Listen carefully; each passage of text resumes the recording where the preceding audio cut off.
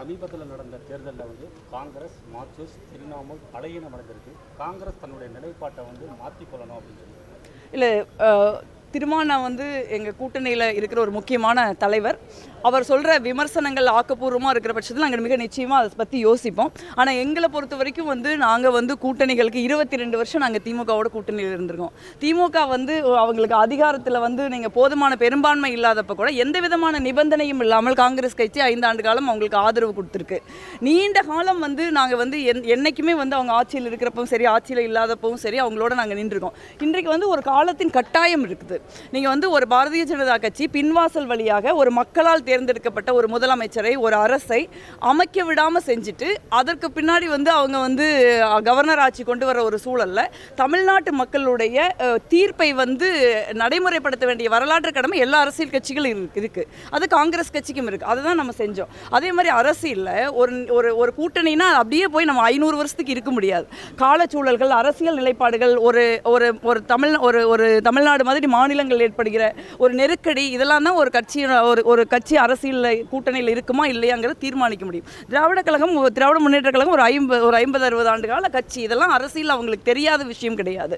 So அவர்கள் வந்து தோல்வி அடைந்திருக்கிறார்கள். இந்த கூட்டணியில் நாங்கள் இருந்திருக்கோம். அந்த தோல்வி எங்களுக்கும் பொருந்தும். அதை பற்றி எங்களுக்கு வந்து வருத்தம் இருக்குது. ஆனால் வந்து தொடர்ந்து வந்து ஒரு அநாகரிகமான வார்த்தைகளை பயன்படுத்தி காங்கிரஸ் கட்சியை விமர்சிப்பது, தலைவர் ராகுல் காந்தி அவர்களை விமர்சிப்பது எங்களுக்கு ஏற்புடையது அல்ல. அதை வந்து அவங்க வந்து ஒரு நீண்ட கால கூட்டணிங்கிறது இருந்திருக்கு. அவங்க இந்தியா கூட்டணியில் இருந்திருக்காங்க. இப்போவும் அவங்க இந்த இந்தியா கூட்டணியில் இருக்கணும்னு நாங்களாம் நினைக்கிறோம். பலமுறை அதை நாங்கள் வெளிப்படுத்தியிருக்கோம். அதே மாதிரி அவர்கள் வந்து உடனடியாக வந்து போய் ஒரு கடிதம் கொடுத்து, நான் இந்தியா கூட்டணியில் இல்லை, நான் எங்களை வந்து இருக்கையை மாற்றி அமையுங்கள் அப்படின்னு சொல்கிறதெல்லாம் எங்களுக்கு வருத்தம் இருக்குது.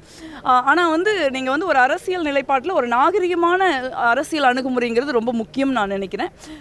ஒரு கட்சி எந்த நேரத்தில் என்ன மாதிரி முடிவுகளை எடுக்குதுங்கிறதுல மாற்று கருத்துக்கள் இருக்கலாம். அந்த மாற்று கருத்துக்கள் ஏற்புடையதாக கூட இருக்கலாம். பட் ஆனால் அதுக்காக நீங்கள் ஒரே வழியாக வந்து ஒரு மோசமான அரசியல் விமர்சனங்களை வைப்பது நாகரிகமாக இருக்காதுன்னு நான் நினைக்கிறேன். எங்களுக்கும் பதிலுக்கு பேச முடியும். ஆனால் வந்து நீண்டகால கூட்டணியோட ஒரு மரியாதை கருதி, குறிப்பாக திராவிட முன்னேற்ற கழகத்தின் தலைவர் அவரே ஒரு தோல்வியடைந்திருக்கிற ஒரு சூழ்நிலையில் மிக மட்டமான விமர்சனங்களை நாங்கள் வைக்க மாட்டோம். எங்களுக்கு அந்த மாதிரி பழக்கமும் கிடையாது. கூட்டணிக்கு பின்னடைவு இல்லையா டிஎம்கே வெளியில போறது? இன்னும் எலெக்ஷனுக்கு 3 வருஷம் இருக்குது. நான் என்னை பொறுத்த வரைக்கும் நான் என்ன நினைக்கிறேன்னா, இது இந்தியா கூட்டணியோ காங்கிரஸ் கட்சியோ சம்மந்தப்பட்டது கிடையாது. இந்த நாடு சம்மந்தப்பட்டது. இப்போ நாளைக்கு நரேந்திர மோடி என்ன செஞ்சாருன்னு நம்ம பார்த்தோம். தமிழ்நாடு மாதிரி மாநிலங்களுக்கு அரசியல் பிரதிநிதித்துவத்தை நாடாளுமன்றத்தில் குறைச்சி, அப்படியே நம்மளை வந்து ஒரு அரசியல் குரலற்றவர்களாக ஆக்கி, நம்மளை வந்து இந்திய வரைபடத்திலிருந்தே நீங்கள் இந்தியாவில் இருக்கிற தென்னிந்திய மாநிலங்கள், பஞ்சாப் உள்ளிட்ட மாநிலங்கள், வடகிழக்கு இந்திய மாநிலங்கள், காஷ்மீர் உள்ளிட்ட மாநிலங்களுக்கு நமக்கு எந்த பிரதிநிதித்துவமே இல்லாமல் பண்ணுறாரு. ஸோ நீங்கள் வந்து இந்த ஒரே மாதத்தில் 3 முறை சிலிண்டர் விலை ஏறி இருக்குது. இன்றைக்கி வந்து ஒரு மிகப்பெரிய வெளியுறவு கொள்கையில் ஒரு மிகப்பெரிய பின்னடைவை வந்து நம்ம சந்திச்சுக்கிட்டு இருக்கோம். இந்த மாதிரியான ஒரு சூழலை நாட்டை காக்கிறது முக்கியம். நம்ம காங்கிரஸோட ஒன்றா இருக்கிறோமா, இல்லை திமுகவோட ஒன்றா இருக்கிறோமா, சிபிஎம்மோட ஒன்றா இருக்கிறங்கிற முக்கியம் இல்லை.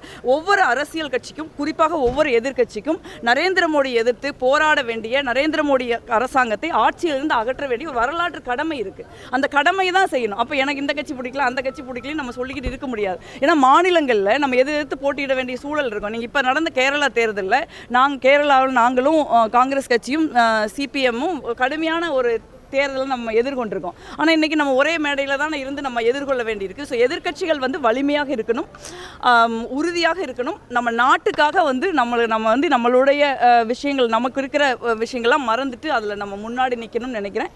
அதை அவங்க புரிஞ்சுக்குவாங்கன்னு நான் நம்புகிறேன். தவிர்க்க முடியாத தம்ப்நெயில்ஸ், கலக்கலான கண்டென்ட்ஸ், சினிமாவும் சீரியஸ் பிரச்சனைகளும், பல வருடங்கள் இடைவெளிக்கு பிறகு இந்த படத்துல ஒரு கலகலப்பும் கைகலப்பும், me too love you thank you அவர்களை மாஸ் ஏத்துறது இல்ல, போயிட்டே தான் இருக்காரே தவிர பிரேக்கே இல்லாமல் பிரேக்கிங் நியூஸ் சொல்லும் தந்தி டிவி ஆப். இன்ஸ்டா தலைமுறை வரை இறங்கி அடிக்கும் தந்தி டிவியின் டிஜிட்டல் எக்ஸ்க்ளூசிவ். அது தண்ணிக்குள்ள போகும்போது ஹேங் ஆயிடுச்சு. உங்களுக்கு விஜய் சார் எந்த அளவுக்கு ரொம்ப பிடிக்கும்? Of course, Malayalis are huge Vijay sir fans. ரெண்டு பேருமே ரொம்ப பிடிக்கும் எனக்கு. தந்தி டிவி ஆப்பை இலவசமா டவுன்லோட் செய்யுங்க,